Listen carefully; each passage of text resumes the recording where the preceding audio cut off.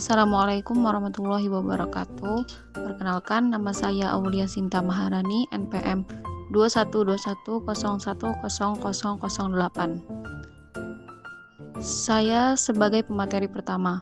Pada kesempatan kali ini, apa sih yang ingin kita bahas? Nah, seperti yang sudah terlihat di layar, yaitu mukallaf. Jadi kita akan sama-sama membahas tentang mukallaf. Pasti banyak yang bertanya dari teman-teman semua, apa itu mukallaf? Mari sama-sama kita bahas terlebih dahulu tentang pengertian mukallaf.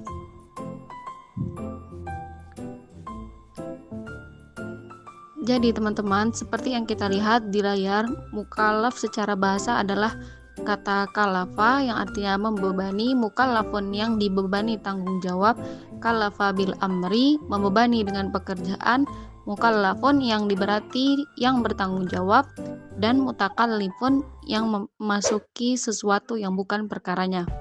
Sedangkan mukallaf dalam ilmu usul fikih adalah orang yang telah dianggap mampu bertindak hukum baik yang berhubungan dengan perintah Allah maupun larangannya.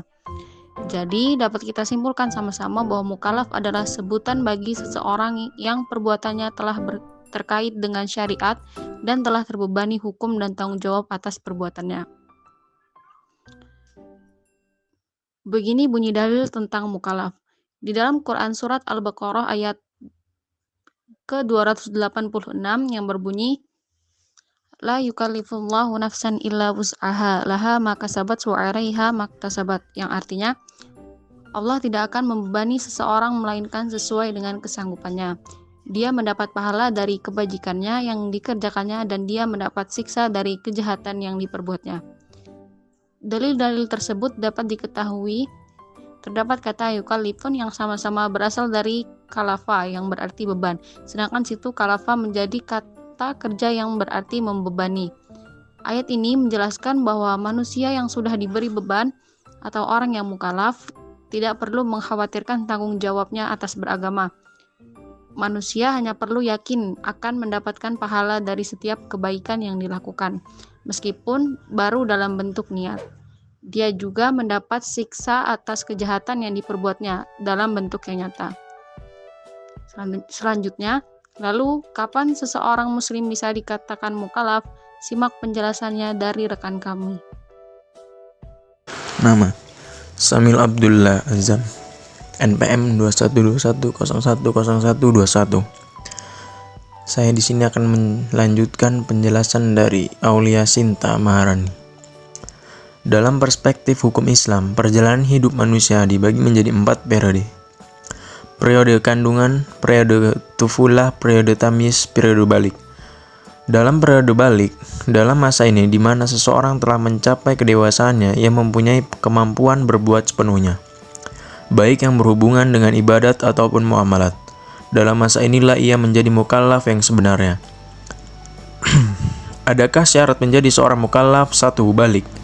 Telah ada dalam Mausu'ah Fiqhiyah 4/36.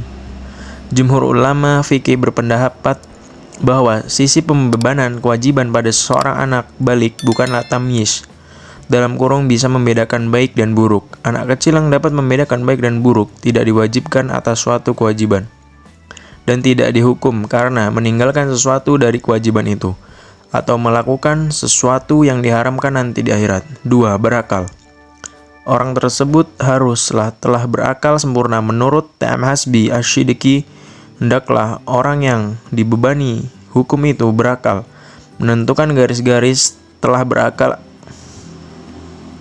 Karena itu, secara menjadikan sampai umur tanda telah berakal untuk mengetahui bahwa yang telah sampai umur itu berakal, maka dapat dilihat dari perilaku dan pekerjaan-pekerjaan yang dilakukan sehari-hari. 3. Ahliyah. Orang tersebut harus mempunyai ahliyah seperti yang dikemukakan Muhammad Abu Zahrah bahwa ahliyah itu adalah kelayakan seorang mukallaf agar kemampuannya, kelayakannya, kepatutan untuk melaksanakan ketentuan-ketentuan hukum yang dibebankan kepadanya sesuai dengan syariat. Beban hukum apa saja yang ditanggung oleh seorang mukallaf? Simak penjelasan berikut. Dalilnya, khatiballahu ta'ala mutlak bifi'lil mukallaf bil iqtida awil tahyir awil wadi.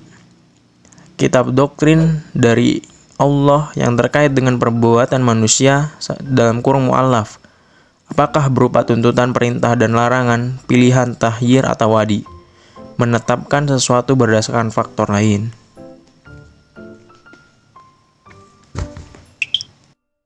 Nama saya Muhammad Al-Fariji, NPM 2121010035. Di sini saya ingin melanjutkan penjelasan dari Aulia Sinta Maharani dan Samil Abdullah Azam. Dari definisi yang telah dijelaskan tadi, selanjutnya hukum syara dikelompokkan menjadi 3. 1. Tuntutan atau iktida, yang mencakup perintah dan larangan. Dan dari jenis ini melahirkan hukum wajib, mandub, haram, dan makruh. Kedua, pilihan atau takrir, yang melahirkan hukum mubah.